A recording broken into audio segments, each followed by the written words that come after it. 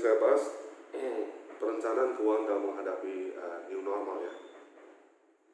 Oke, sebentar lagi saya invite tamu saya, ya, Pak Felix ya, seorang senior business manager di PT Trijaya Pratama Futures. Hai. Hai Pak Jimmy. Halo. Halo bro, gimana kabar?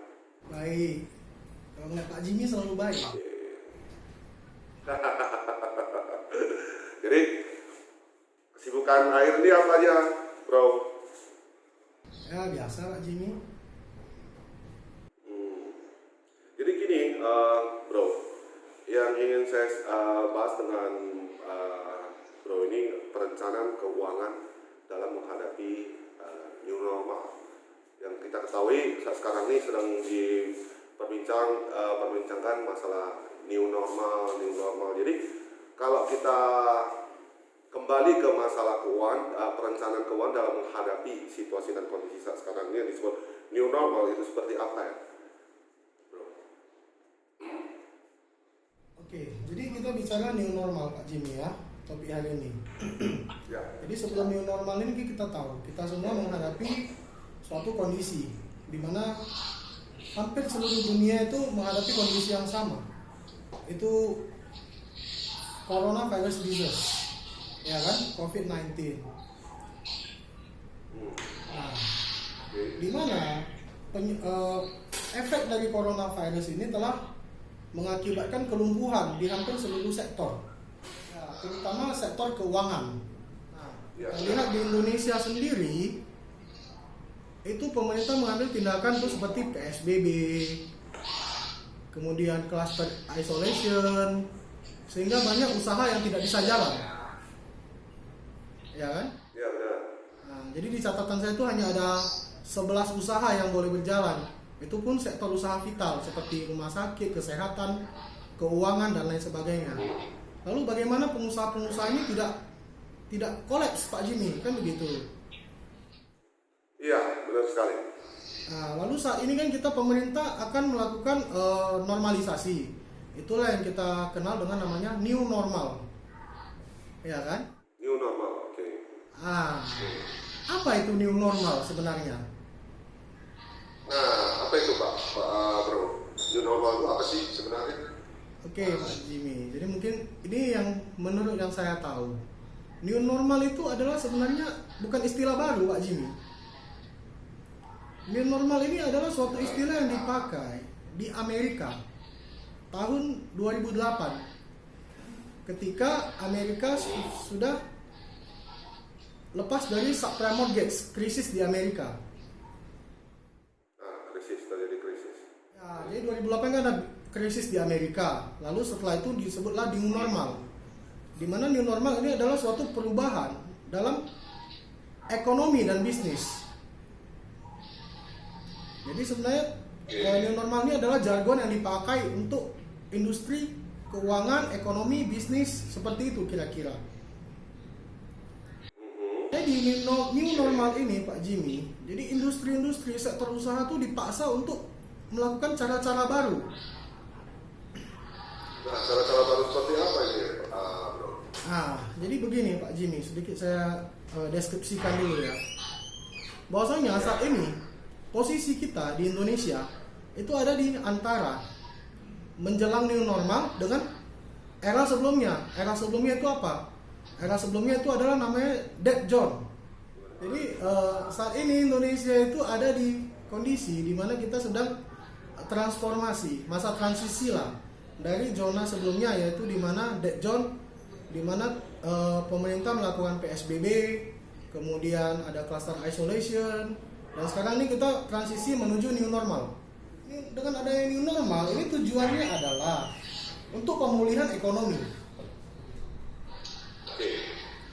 Nah, pemulihan ekonomi itu baik, tapi di pandangan saya ini tidak akan pulih sepenuhnya seperti sedia kala Pak Jimmy. Kalau misalnya ini kan ada aturan, mall atau kendaraan umum itu ada batasan untuk kapasitasnya, kan begitu. Iya. Nah, lalu tentu kalau kita bilang dari profitable, sisi keuntungan pengusaha ini bakal berkurang. bakal berkurang ya Pak Felix ya. Ya, Dari sisi pendapatan income-nya ya. itu dulu kalau Pak Jimmy buka restoran kapasitas 100 orang bisa penuh, sekarang dibatasi kan begitu. Dibatasi benar-benar. Dibatasi sekitar 50% ya, Bro. 50% dari kapasitasnya. Ya, lalu makanya sebenarnya kita ini sekarang harus mulai merencanakan sistem keuangan kita sehingga pendapatan kita itu tidak menurun, kan begitu. Iya, benar. Di saat ini, kalau menurut saya, orang-orang itu sudah harus merencanakan keuangannya dengan baik. Nah, caranya gimana, Bro? Jadi begini Pak Jimmy, dulunya kita harus mengubah sistem keuangan kita yang tersentralisasi menjadi desentralisasi. Jadi kalau dulu kita ada uang lebih, kita fokus pada pengembangan usaha kita itu saja gitu kan. Mungkin saat ini kita harus berpikir untuk alternatif Pak Jimmy. Jadi uang itu dialihkan ke sektor lain atau bidang lain yang bisa menghasilkan juga. Alternatif untuk melindungi nilai keuntungan kita itu sebenarnya bukan hanya di sisi usaha real, bukan hanya di sektor real Pak Jimmy. Oh, bukan di sektor real lagi. Tidak, tentu banyak sekali alternatif. Makanya kita dari dulu mengenal sebuah kata yang namanya investasi Pak Jimmy. Nah, investasi. Kalau kita berbicara investasi ini nah, coba Bro jelasin dulu ini seperti apa ini. Jadi Pak Jimmy, tujuan investasi sebenarnya banyak Pak Jimmy. Yang pertama menghasilkan keuntungan. Yang kedua itu sebagai alternatif lindung nilai Pak Jimmy. Nah, kita harus jadi bisa kalau juga. Menurut Bro sendiri pilihan investasi apa yang tepat saat sekarang ini? Nah, tentu kita harus cari satu alternatif investasi yang profitable. Tapi juga kapan kita perlu dana itu bisa diambil gitu loh Pak Jimmy.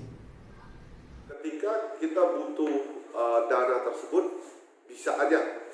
Dan dalam bisa aja gimana Bro? Dalam arti kata likuiditas ya. Iya, likuiditas itu harus tinggi Pak Jimmy. Likuiditasnya. Untuk saat ini. Kita butuh investasi yang liquid. Masyarakat itu butuh investasi yang bisa dicairkan kapan saja Pak Jimmy. Ya, kalau kita misalnya kita investasinya di bentuk deposito itu kan ada tenggang waktunya Pak Jimmy ya.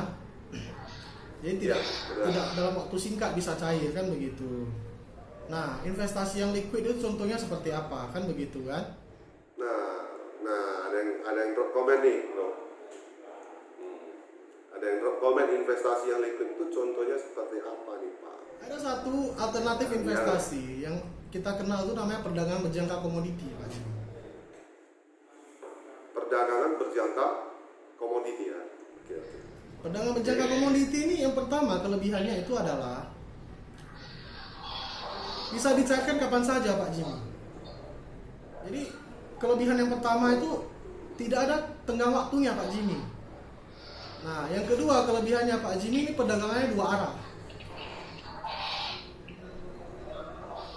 Bisa melakukan transaksi dua arah. Iya. Dari ya, ini maksudnya gimana? Dua arah ini seperti apa contohnya? Jadi kita itu bisa melakukan short selling ya Pak Jimmy. Kalau kita yang istilah keuangan itu ada namanya short selling. Short selling. Iya, jadi ketika harga rendah itu kita bisa beli dulu. Kemudian kalau harganya sedang tinggi kita bisa melakukan jual dulu. Nah, ini short selling biasanya istilah di stok, di saham Pak Jimmy. Di saham ya. Tapi kalau saham kan itu hanya bisa satu hari short selling. Oh, kalau di perdagangan berjangka komoditi ini bisa whole. Kita bisa menahan. Jadi kita nggak usah khawatir orang bilang wah harga sedang tinggi nih nggak cocok untuk beli. Kan ada yang begitu ya, ada investasi yang sedang tinggi, sedang mahal nggak cocok untuk beli kan begitu kan. Benar. Nah di sini kita bisa melakukan transaksi dua arah. Berarti dalam arti kata dalam kondisi apapun market tersebut kita bisa aja mengambil peluang dan melakukan transaksi Benar sekali. tersebut ya. Benar sekali Pak Jimmy. Bahkan transaksi bisa dilakukan kapan saja. Karena pasar berjangka ini instrumennya ada pasar uang dan komoditas ya Pak Jimmy ya. Nah, ini Bro, ini ada yang drop komen nih, pasar uang dan dengan money changer Sama tidak Pak? Nah, ada perbedaan dasar antara pasar uang dan money changer Pak Jimmy. Nah, kalau yang di sini gimana? kita perdagangkan Ya, itu Pak. adalah Ya. nilai tukarnya Pak Jimmy. Sedangkan Nilai kalau tukar. di money changer yang kita perdagangkan itu adalah fisiknya. Jadi kalau di money changer itu adalah fisiknya. Jadi kalau Fisik. di perjangka itu di perjangka tidak ada fisiknya.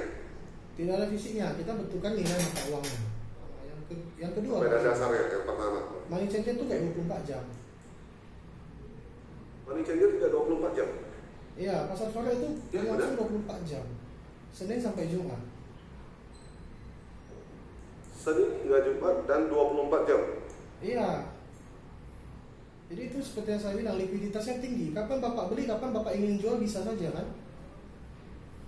Ya, benar. Kalau Bapak investasi di investasi yang lain, misalnya Bapak investasinya rumah, tanah, kapan Bapak mau jual belum tentu bisa liquid Pak Jimmy. Berarti likuiditasnya kurang ya Pak? Kurang. Saat ini kan orang butuh investasi yang likuiditasnya tinggi. Karena kapan saja kita nggak tahu orang butuh uang kan, Pak Jimmy. Iya benar. Kapan aja kita butuh uang kita bisa tarik uang tersebut ya gitu ya? Ya, benar. Jadi hari Dan ini kapan aja kita mau beli mau jual bisa nggak? bisa Pak Jimmy. Oh, bisa.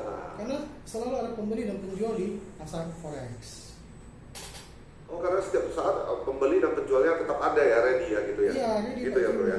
Jadi karena pelaku pasar ini kan banyak, ada bank sentral, ada retail trader, banyak sekali, luas sekali kan. Jadi selalu ada pembeli dan penjual. Jadi kalau Bapak mau beli rumah atau tanah mau jual kan belum tentu ada pembeli Pak Jimmy. Iya benar juga. Jadi itu kelebihannya. Nah, ini ada komen lagi nih mau nanya di masa new normal bisnis di sektor apa aja kira-kira yang bagus nih? Ya. Kenapa dan mohon penjelasannya. Oke, jadi bisnis sektor apa saja yang bagus? Sebenarnya namanya bisnis di sektor usaha apa saja itu baik kan begitu Pak Jimmy, ya kan? Tetapi kita perlu melihat situasi saat ini.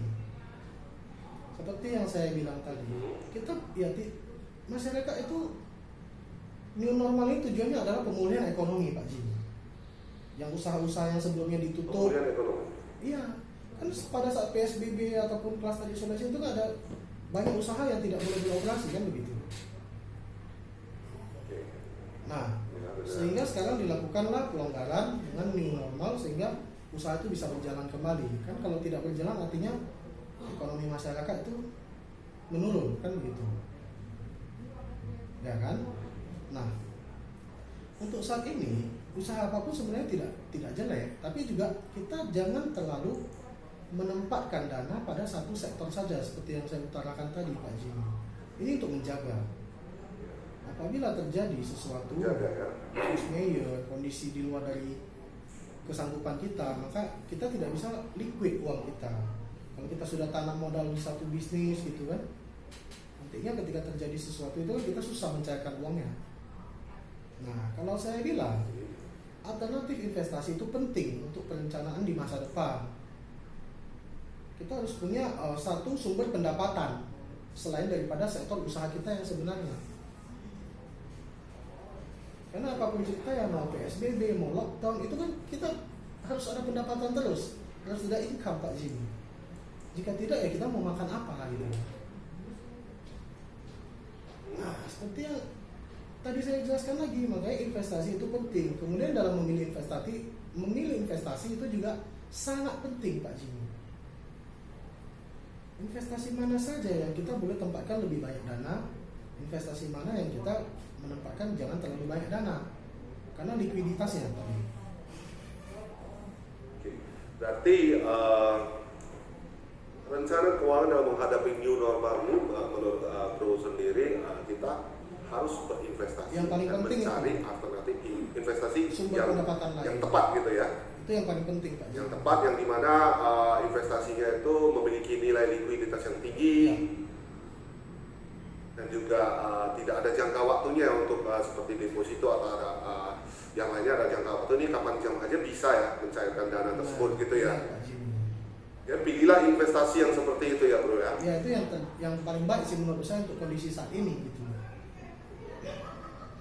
Dan salah satu alternatif investasi itu diperjangka, Iya, gitu bro. di perdagangan berjangka komoditi Pak Jimmy, karena likuiditasnya tinggi, tidak ada tenggang waktu, lalu ya pasarnya 24 jam, kapan mau beli, kapan mau jual itu bisa kan begitu.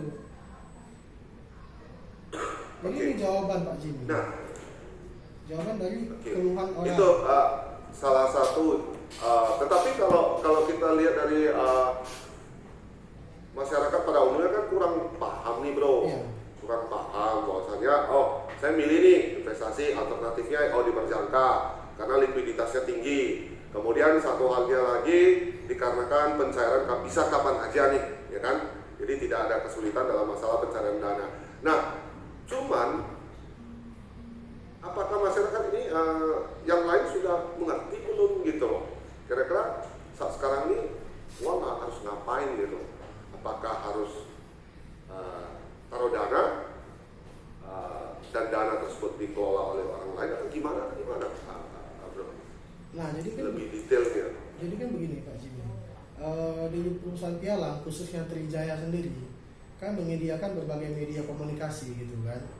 Jadi masyarakat yang sebelum berinvestasi itu kan boleh misalnya datang ke kantor-kantor cabang Trijaya yang ada di kota masing-masing atau menghubungi person in charge-nya, PIC kita, kontak person kita ada dari support live chat, ada dari konsultan kita. Jadi masyarakat boleh discuss dulu Pak Jimmy. Boleh minta diedukasi. Oke. Sehingga masyarakat ini paham gitu. Apa ini perdagangan berjangka komoditi? Apa itu forex? Apa itu trading emas? Apa itu trading minyak? Oke, apa itu trading forex? Apa itu trading di komoditi seperti itu? Jadi setiap orang bisa mendapatkan edukasinya ya. Oh pasti ya. Pak Jimmy, pasti. Trijaya menyediakan konsultan-konsultan yang sudah terlatih untuk memberikan pemahaman dan edukasi kepada masyarakat. Makanya masyarakat sendiri jauh lebih paham lagi bahwasannya alternatif salah satu investasi di berjangka ini seperti apa ya. Ya benar sekali Pak Jimmy. Nah kalau kita berbicara market, bro, kira-kira ada peluang apa nih di market? Banyak sekali peluang Pak Jimmy. Sampai dengan akhir tahun ini peluang di pasar berjangka itu sangat luas Pak Jimmy. Karena ada momen-momen besar yang Luas, akan ya. kita event-event besar yang akan datang di 2020 ini. Contoh, Event-event apa ini? Momen-momen seperti apa ini? contoh di November 2020 nanti akan ada pemilihan presiden Amerika. So, hubungannya apa ini bro? Artinya volatilitas pasar yang berhubungan dengan US dollar, safe haven seperti emas itu akan volatility akan tinggi Pak Jimmy. Gejolak pasar itu akan besar. Jadi dengan gejolak pasar yang besar, masyarakat itu bisa melakukan transaksi jual beli di range-range yang besar tersebut Pak Jimmy. Jadi sampai Oke. dengan akhir tahun Itu ini salah akan satu banyak hal menarik di pasar. salah satu momen yang akan terjadi di bulan November ini ya, Ya. November 2020 ini ya. Ya. Oke. Tapi kalau untuk saat sekarang saat dekat ini, Sekarang ini kita lihat ya. peluang apa nih? Emas kemarin ketika pandemi corona ini kan jadi kan safe haven, orang rame-rame beli emas. Ya kan, jadi saya lihat itu kan ada kecenderungan orang kan, kemudian mengalihkan dana dari uang ke safe haven seperti emas. Oke, jadi perencanaan keuangan menghadapi new normal ini, cara kita mengatasi new normal ini salah satunya adalah kita harus investasi. Sharingan dari Bro Felix ini seperti ini guys, investasi tetapi carilah alternatif investasi yang likuiditasnya tinggi dan juga tidak memiliki jangka waktu kapanpun Anda bisa melakukan withdrawal dana. Oke. Itu ya kesimpulannya dan juga momen nanti di November ya bro ya.